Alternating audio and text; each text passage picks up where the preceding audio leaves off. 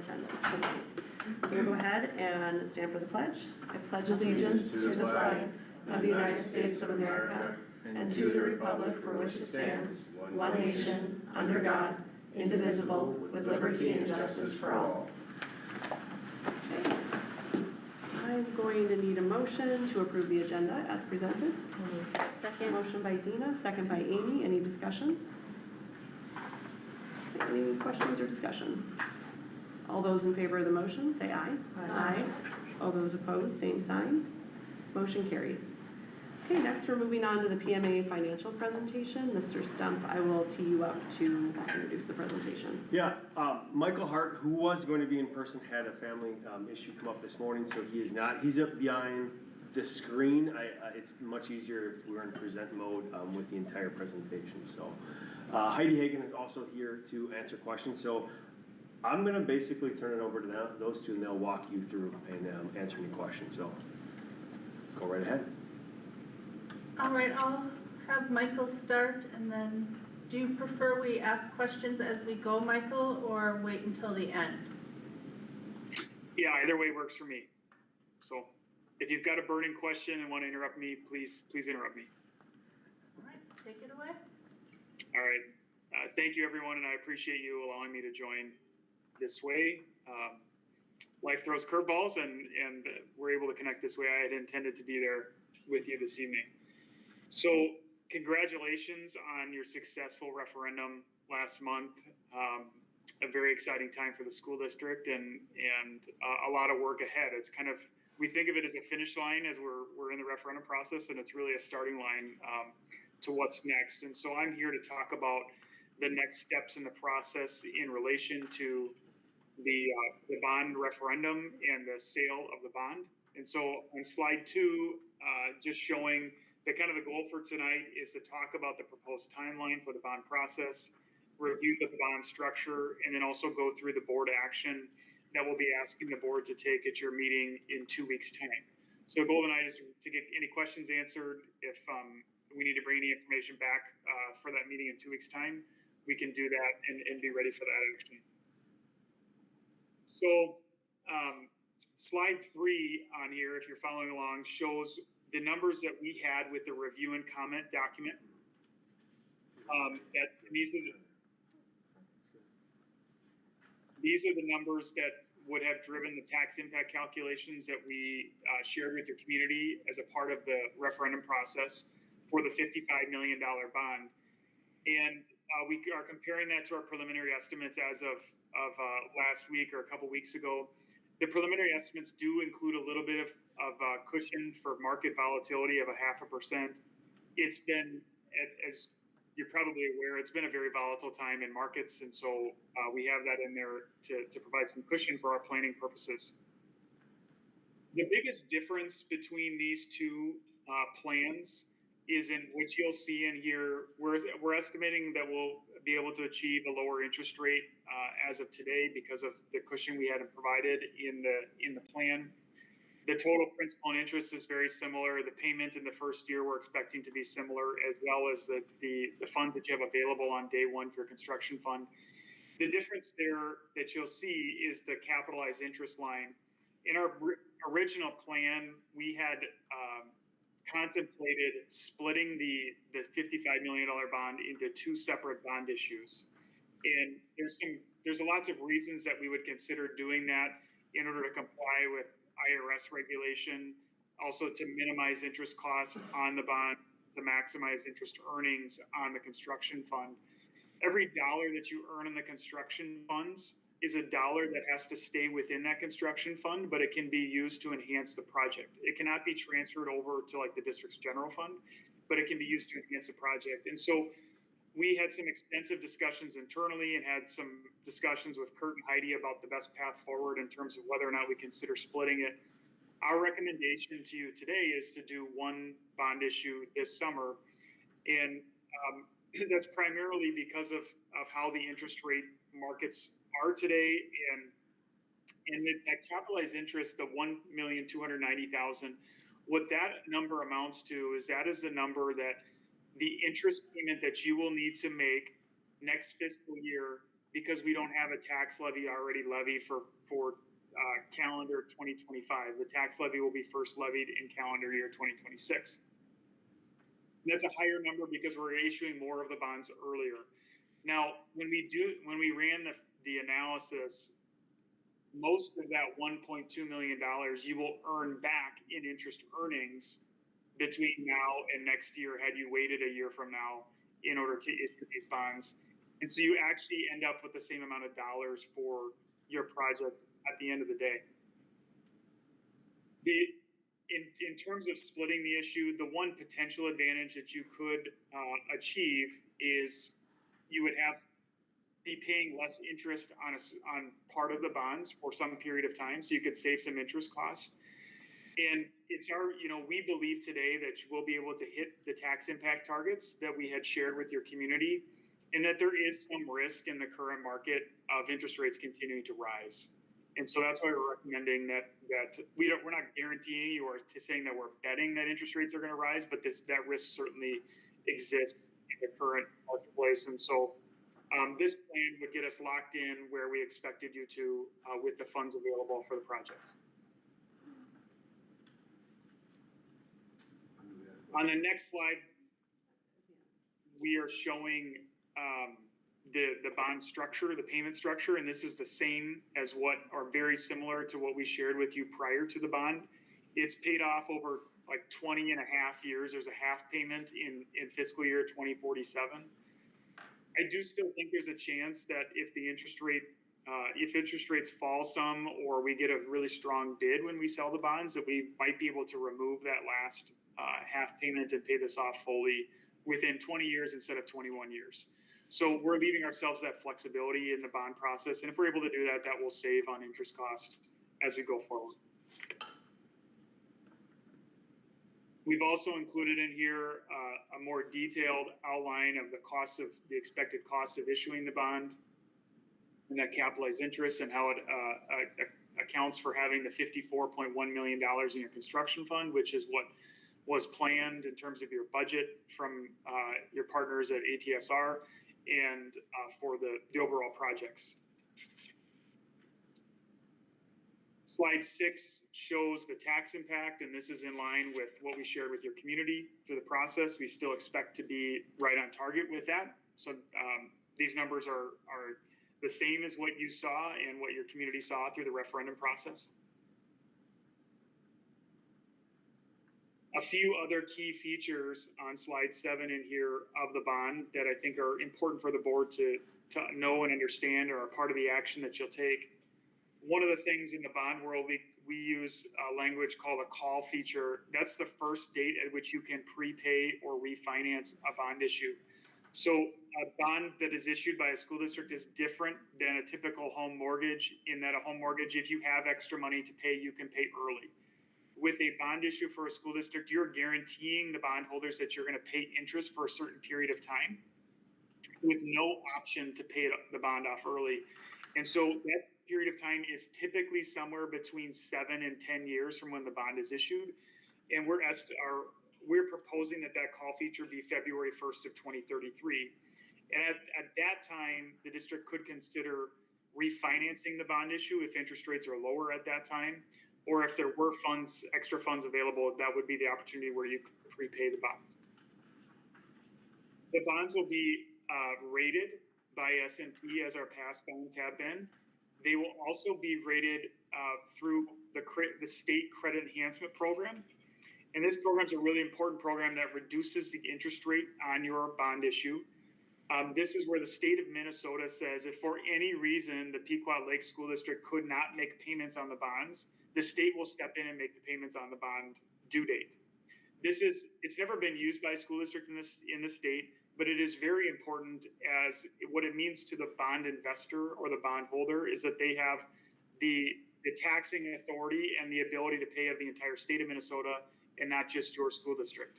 So it helps reduce the interest rate. It doesn't cost you anything to be a part of that state credit enhancement program. The interest rates, this last bullet point on slide 7, are kind of technical terms about bank qualification and arbitrage rebate. It's mostly to say that when we issue tax exempt bonds, there are IRS regulations that we need to pay attention to, monitor, and be careful of.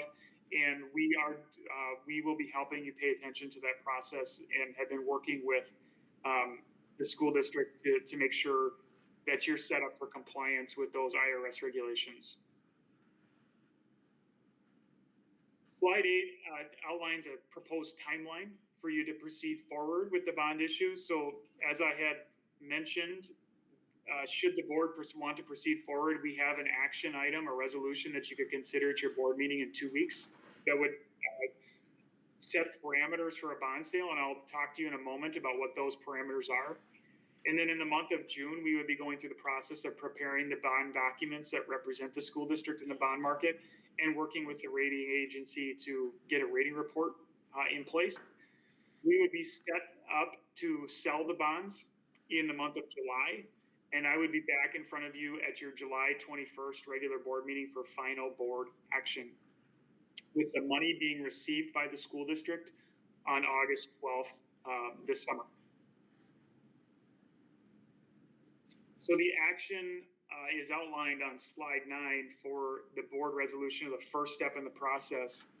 And this action allows you or approves proceeding with the bond sale subject to certain parameters. It also approves applying for that state credit enhancement program.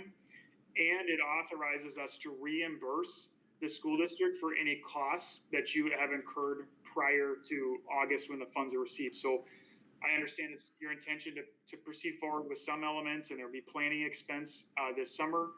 To the extent those things happen before August 12th, this language will allow you to reimburse yourself back with the bond issue. This bond resolution, the parameters are the school board is giving the authority to 2 individuals. One of those people is either the superintendent or the business manager, and the other is an officer of the school board to execute the bond sale, as long as the bond interest rate does not exceed 5.5%. The maximum amount of the bond does not exceed $55 million, which is the total amount that was authorized. And this authority, to give us flexibility, I don't know that we'll need it, but to give us flexibility, expires on December 31st of 2025. The school board will be required to ratify that bond sale after it is held, but I just want to be very clear that this authority is providing the authority for those 2 individuals to enter the school district into a contract to sell the bonds prior to that date. The reason that we do it this way is that it allows us to pick a good date and time to be in the bond market and to be a little bit strategic with that process as we think about it. Many school boards meet on Monday nights, as you do, and it limits our flexibility if we have to meet and do that process only on a Monday in order to enter into that contract. So this parameters process gives us some important flexibility as we work through the process. Once the bonds are sold and the funds are received, we have already been in contact with your partners at ATS&R to get their best estimate as of today, and it will continue to change as the project is designed and developed, of how quickly you will spend the funds. So you're going to receive all the money in August. It's not going to be spent all immediately. This is a process over a number of years. And so with that information about when the funds are expected to be spent, we're going to help you invest those monies. Some of the funds will stay liquid and accessible at all times, but there's going to be portions of these funds that we know you will not need for 2 years' time, for example. And so we'll help you lock in some fixed rate interest rate investments in order to maximize the interest earnings. And it also will protect you in the event that interest rates would go down, in terms of having those interest earnings to come back into the project. So by this fall, we should also be able to provide administration and the school board with some estimate in terms of anticipated interest earnings, so that you have a good number to work with in terms of budgeting, because the interest earnings is an unknown amount right now, because it is based upon the interest rates when those investments are made. It will help you monitor for compliance for those IRS arbitrage rebate regulations that are in play here. So that's the extent to the presentation that I have. And I'm very happy to take any questions from the school board. Okay, I do have two things. Number one, when board members ask a question, if you notice on the bottom of the slides, there were numbers. So if you have a specific question on a slide you want us to go back to, like this is number 8 or number 7. So just let me know that. And before we hand it off to board members, Chair, if you mind, if Heidi Hagen has anything to add to that conversation. I don't. Okay. Mr. Johnson. Thank you. Thank you, sir, for your work, Mike. And I just want to revisit this bond sale. Personally, I would probably take issue. I think there's downward pressure on interest rates. Doesn't matter. I'm not the guy making the decision. Our board will. However, I want to revisit a little history. We sold bonds in the form of $12 million in April of 2012 and $8 million in December of 2012. And we were able to split that bond, and we were able to save, I think, somewhere around $400,000. Now, the flip side of that is that the rates weren't very much either. I mean, we were earning 1.5% to maybe 2%, and our cost of funds was about 2%, so it's a wash. So I guess I'm asking you, that ship has sailed on splitting this bond, and you're pretty solid on that? I mean, ultimately, that is definitely a decision of the school board, whether or not you split the bond. Well, we Some need things. advice from you, Mike. I mean, I personally believe there's downward pressure. Is there a way to capture beneficial interest rates by that split? I mean, obviously, we're probably playing a fire because we split it and the rates could go up. I don't think that'll happen, but what are your thoughts? Yeah, here's the basic, the analysis we ran, if rates stay the same, you're in roughly the same position in terms of how much money you have for the project, whether or not you sell the bonds today or sell them later. And we know based upon current interest rate markets, we can hit the targets. What you did in the past in terms of splitting the bond issues over multiple calendar years as a school district was a strategy that made a lot of sense at the time that you did it. And you were taking advantage of what we call bank qualification rules, which allows you to access historically a lower interest rate when you sell less than $10 million in a calendar year. And so the reason that you would get a lower interest rate is that if community banks purchased the bonds, they received a special tax write-off for owning those bonds that was different than any other kind of investor. And one of the big things that has changed since 2012, 13, when you did that process, is that in 2017, corporate tax rates were reduced significantly, which was a big change for community banks. And it reduced the value of the tax exemption for them. And what it did the result of that is that the difference between those bank qualified and non-bank qualified rates is much, much smaller than it used to be. And so the benefit for the school district is much smaller than it used to be. Got it. It used to be something that could be close to 0.5%, and now it's something like 0.1%, or, okay. It's a very small difference. And so you're right that, we can see this lots of different ways, and I wouldn't be offended if this school board decided to split it into two. We just aren't in the business of making a call in terms of where markets are going to go, and you're not going to get me to tell you that I think rates are going to go up or down. And so most of the time when we see that, it's a matter of taking the risk off the table, that rates could rise. And that's what we should be doing, I understand that. These are municipals too, aren't they? Yeah, these are municipal bonds, yep. Tax-exempt municipal bonds, which are very attractive in the market. Correct. And we're likely, I mean, again, who knows what the future is. I bet we beat your projections. I mean, because we've got such a strong credit rating. We're still A++, aren't we, or whatever that is? Yeah, you have a great credit rating, and interest rates have declined some in the last couple of weeks since we ran those numbers. Mm-hmm. The other thing and I don't say this is a scare tactic, but it's a reality of the conversation in our world today, is that the federal government is talking about how to extend those tax cuts from 2017, and they're going through a process of figuring out how to pay for those things, the tax cut extensions or potential new tax cuts. And no matter what you believe about whether or not that's the right thing to do or not, they are considering removing the tax exemption as a way to pay for that. That's a challenge. And it's one of the options on the table.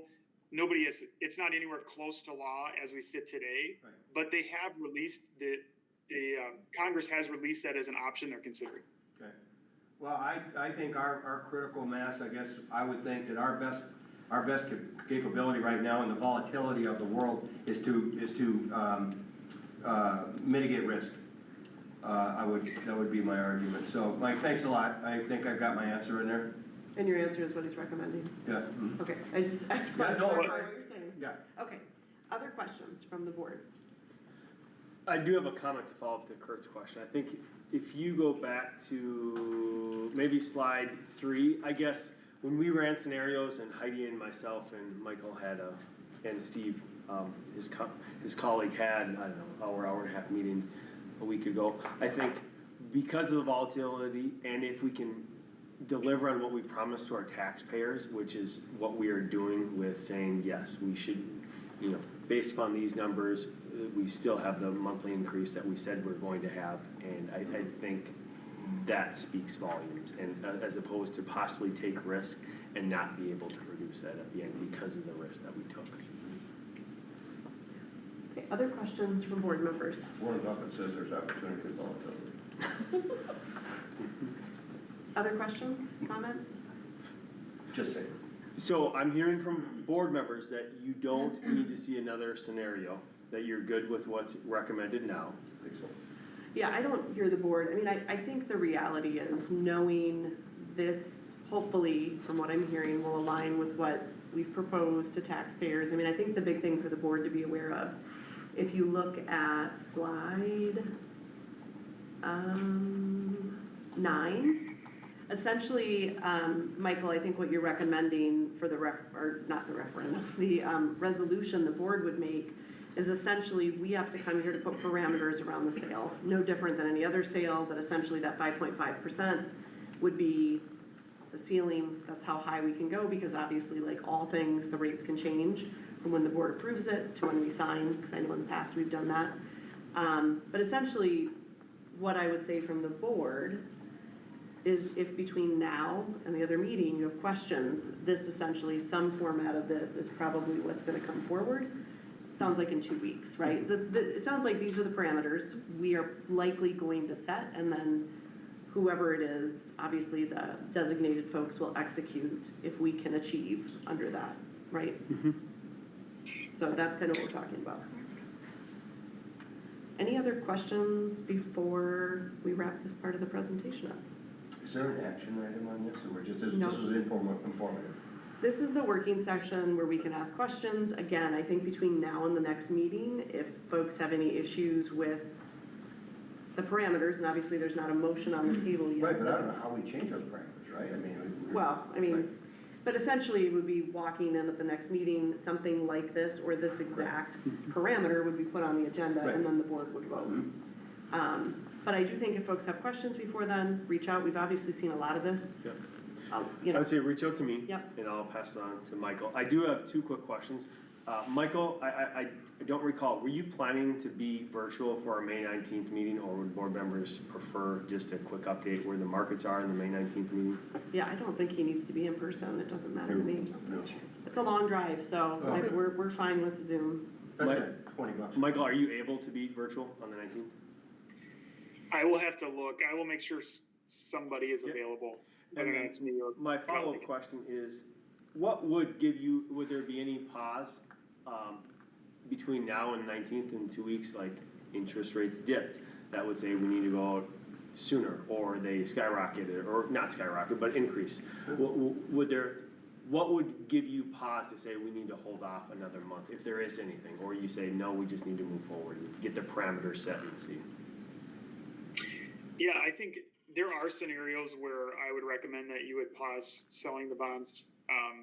For example, as the market sat a month ago, even just waiting a few weeks would have been very advantageous to you because of extreme volatility from the announcement of potential tariffs across the world. And the market was just very dislocated. We saw something very similar in the first few weeks of COVID, where there was extreme volatility and the market sort of settles down over time. And so it is part of our job to monitor that. And I think in those situations, it does make sense to just sit tight and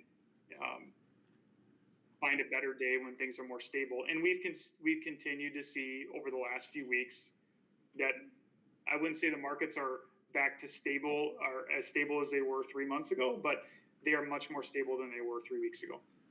Well, and there's risk, I'm sorry, Michael, but there is risk to that too. If interest rates drop, construction ramps up, construction costs go up, labor costs goes up. I mean, you got a whole can of worms here, so, all those things come into play.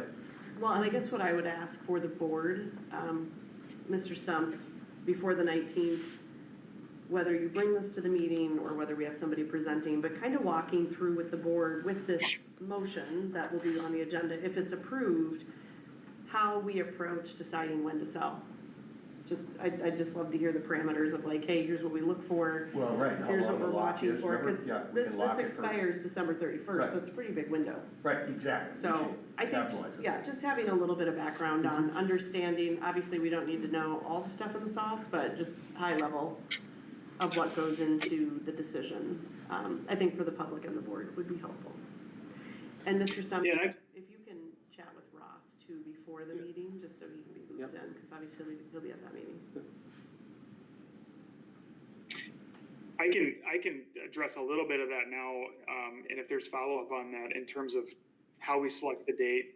The primary reason we leave that date open till the end of December is that we want to give ourselves some time to adjust if there's big market changes. If, for example, if we were going into a market where we didn't expect to be able to hit the tax impacts that we share with the community, you would certainly hear an update from us prior to being in the bond market. We know that is a very important part of the process. In terms of the timing of the sale date, that is something that we monitor as we get closer. The things that we are looking at is we try to avoid dates when there are major market news announcements that we can predict. So things like the Federal Reserve is meeting that day. We don't want to be in the bond market on a day when the Federal Reserve is meeting, because it often means that the buyer or the bidders on the bonds are going to put some risk premium or volatility premium in there. Recently, the dates that inflation has been printed over the last couple of years, because that has been a higher number, and days that we wanted to try to avoid being in the market.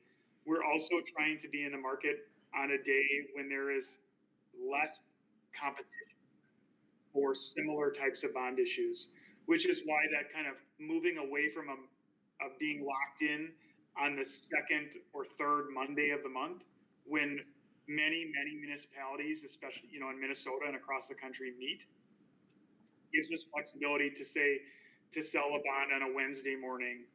And there just aren't very many school boards that meet on Wednesday night. And so what that leads to over time is that there are less bond sales on Wednesday mornings than Monday mornings that are similar to yours. And when it's a kind of a simple supply and demand dynamic that we try to play into the best we can. So those are the kinds of things that we're thinking about, and we're continuing to monitor as we get closer to that date. And the flexibility of this resolution gives us the chance to say, okay, we know we are going to do this we want to do it targeting this week. What's the best day in that week to be in market? Thank you. There's no further questions. Last chance? So I do have Yes. one comment. This is just a reminder for people in our public. Again, we went through the bond rating when we sold the indoor air quality bonds a year ago or so. And again, when we meet with the firms, and Michael could go into details if you want, but my point was just, again, the consistency of our unassigned fund balance and our district finances play a role in the credit rating that we end up receiving and then the percentage. So I'm just crediting this board on the decision, and it's decisions like that pay off in the long run and they're saving our taxpayers, even though sometimes you have to make some tough decisions when it comes to a budget and ensuring that we stay within those parameters. So just want to highlight that because it's times like this where it pays off. Can I just clarify one part of our referendum? This is the building bond. The levy will be taxed as we go along, right? So that's different than as part of this sale. Am I understanding that correctly? Just for our Different public? rate structure? Well, no, it's just more of a levy, it's a No, I get true, that, yeah, right, but we're not selling, we're not buying or selling anything, it's just essentially, it's a, Well- is it 10 years? So it's a But 10 that year. fluctuates. Right, but it's not part of the sale. Correct, yeah. the So I just think it's 55 good to sticks. call out that those two are different things, so. Okay, well, Michael, did you have anything to add after my comments or Kim's? No, that's, everything you said is accurate. And then, while Michael's on, the only other update, today at 4 o'clock was the deadline to submit RFPs for construction management. I know it doesn't necessarily play into Michael totally, but it does affect our finances of what firm we end up hiring. So 6 proposals were submitted. We will review them on Thursday as a committee, interview them with another committee then next Wednesday, the 14th, and come to the board with a recommendation, hopefully then on the 19th of May. perfect. Thank you. Thanks, Michael, appreciate it. Yeah, thank you. Have a good night. Thank you. Okay, we are moving on to item 4, which is, I will need a motion to approve the resolution approving a commercial purchase agreement for the purchase of property located at 4326 West Lake Street in the city of Pequot Lakes, Minnesota. So moved. Motion by Kurt, Second. second by Pamela. Any discussion? My only discussion is I just want to thank the board. I know we've had, bless you, a couple closed sessions, and I think the dialogue and the multiple perspectives that this board offers pays dividends for our community and the school. So thank you. I think this would be a win for our school district. And Mr. Stump, for the public, do you just want to talk about where this property is, just so we can, so, Yep. it's obviously it's an address, just in case. Lakes Gas property, which is adjacent to our maintenance shop or the house that we build in the construction class. So it's directly east of our property. And as part of our building project, this will be considered as part Yes, of the whole project. and so again, we had an amount that exceeded our purchase price of $330,000. We had an amount in our bond to purchase this land. This was part of the plan. So we're coming in under budget on this one. Great. Thank you. Any other questions? My only other comment, just want to publicly thank Rob Brooklyn, who's just working on behalf of the district, now charging us a fee. So he has done more work than I could have ever asked for, so just want to thank him. Great. Okay, if there's no other questions or discussion, I'll ask one more time. Okay, this does require a roll call vote. Mariah? Aye. Kurt? Aye. Pamela? Aye. Dina? Amy? Aye. And I vote aye. Motion carries 6-0. And Mariah, I usually don't ask you first yet, because sometimes it throws you off. But you did great. You're right there. Okay, we're gonna move on to number 5, which is a memorandum of understanding with EMPL teachers for the READ Act. I need a motion to approve the memorandum of understanding with EMPL teachers regarding the READ Act as presented. Motion by, was that you, Dina? Yep. Dina? I'll second. Second, Mariah? Sorry. I was goofing off. Yeah. Kurt? You're distracting Ryder down there. I know, and everybody else it seems.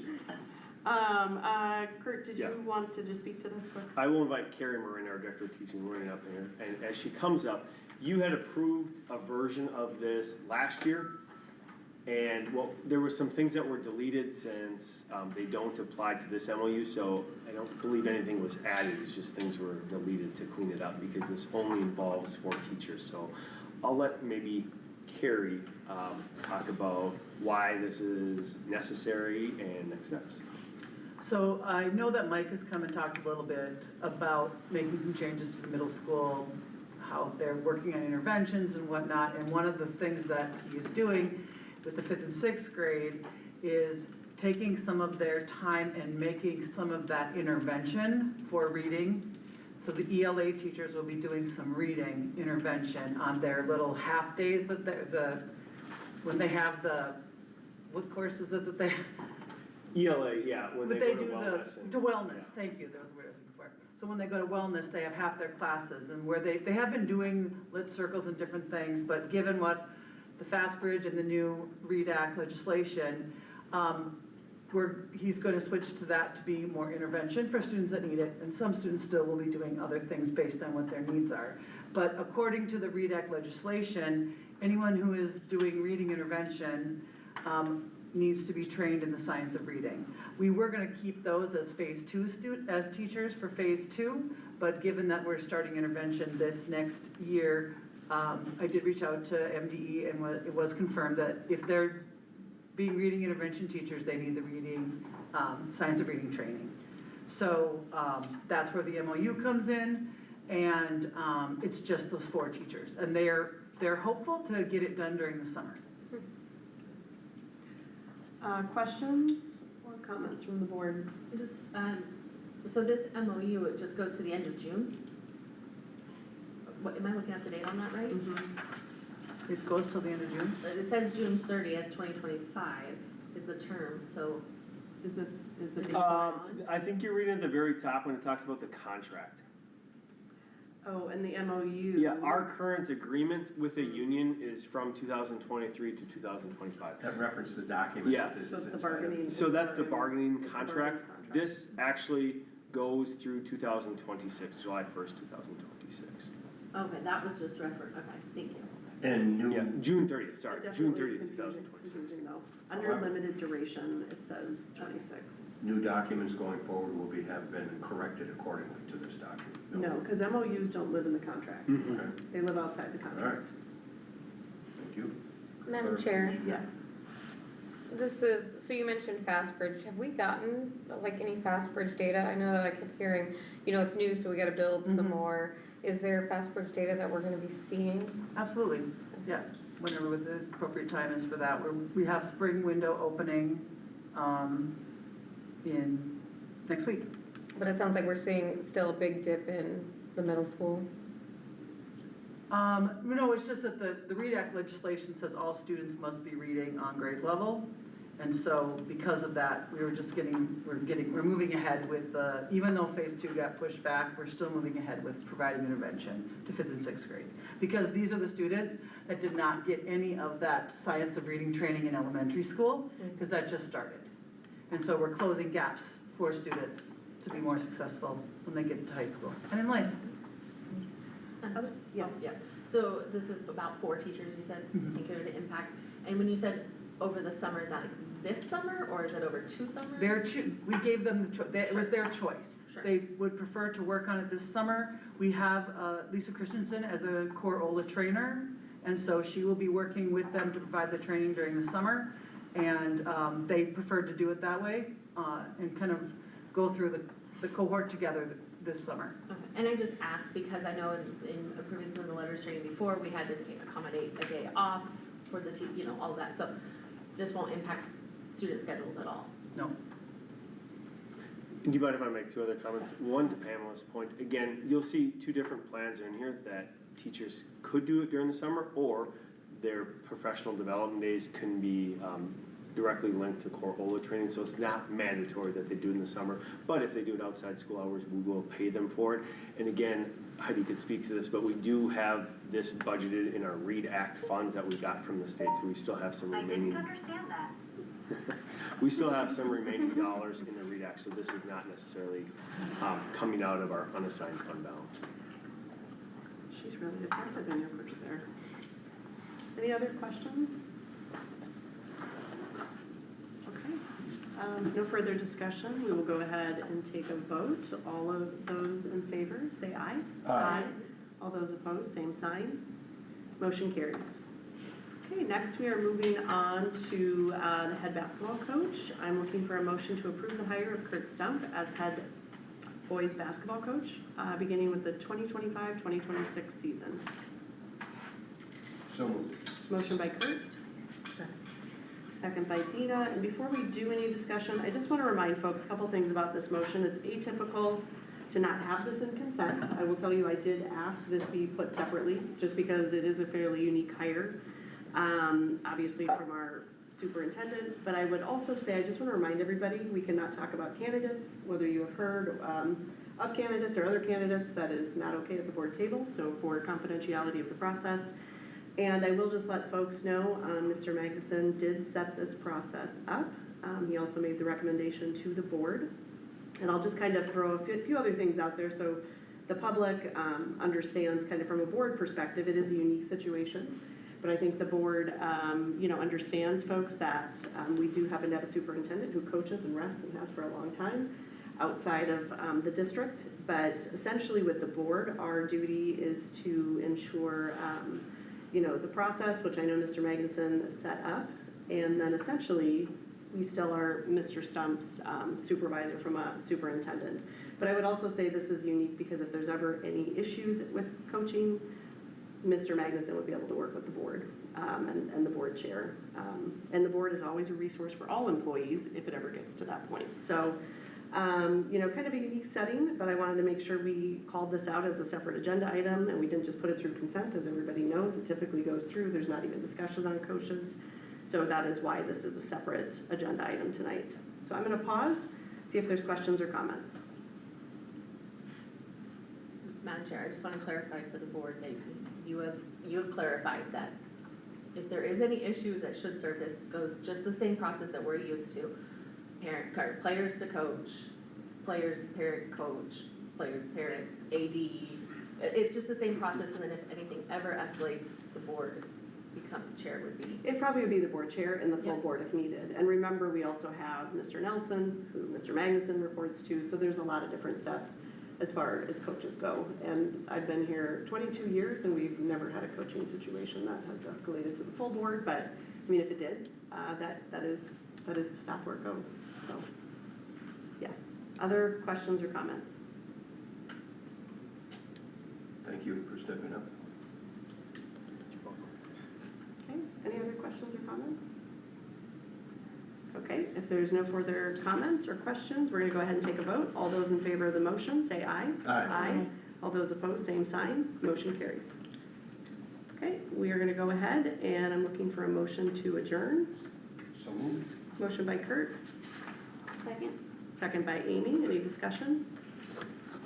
And can you just remind me when our next board meeting is before I finish up here?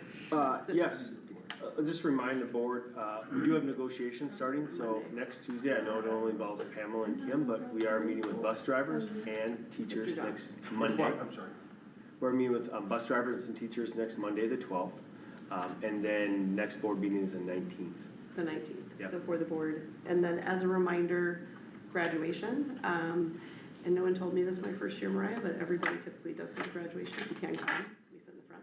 So. I think everybody said they're I know, coming. nobody told me that my first year. And Someone had just in I'll send case. this to Mr. Nelson, but everyone said that they were coming. Kim, Yes. if you're okay not passing it out, then Pamela, 23rd. Dina, Amy, and you had a special request and Mariah would pass, distribute them. I didn't understand that last part. What? If you're okay with not passing them out, then Mariah, Amy, Dina, and Pamela will pass them. Yeah, that's fine. That is fine with me, but as a reminder to the board, just put on your calendar if you can be in the district office by 6:30 on the 23rd. Is it 6:30, Kurt? or Nope, I 6:15? wanna say it's 5:30 because I think it Oh, starts sorry, at it's 6 6. o'clock. So 5:30 in the office, just Yep, put it on and your also calendar. note. Kim's really good at pinning on fall. It's not, but you'd think one of these years I would be. Okay, well, we do have a motion on the table. I just wanted to make sure to remind everybody of dates. Any other discussion? Okay, if no further discussion, all those in favor of the motion, say aye. Aye. All those opposed, same sign. Motion carries.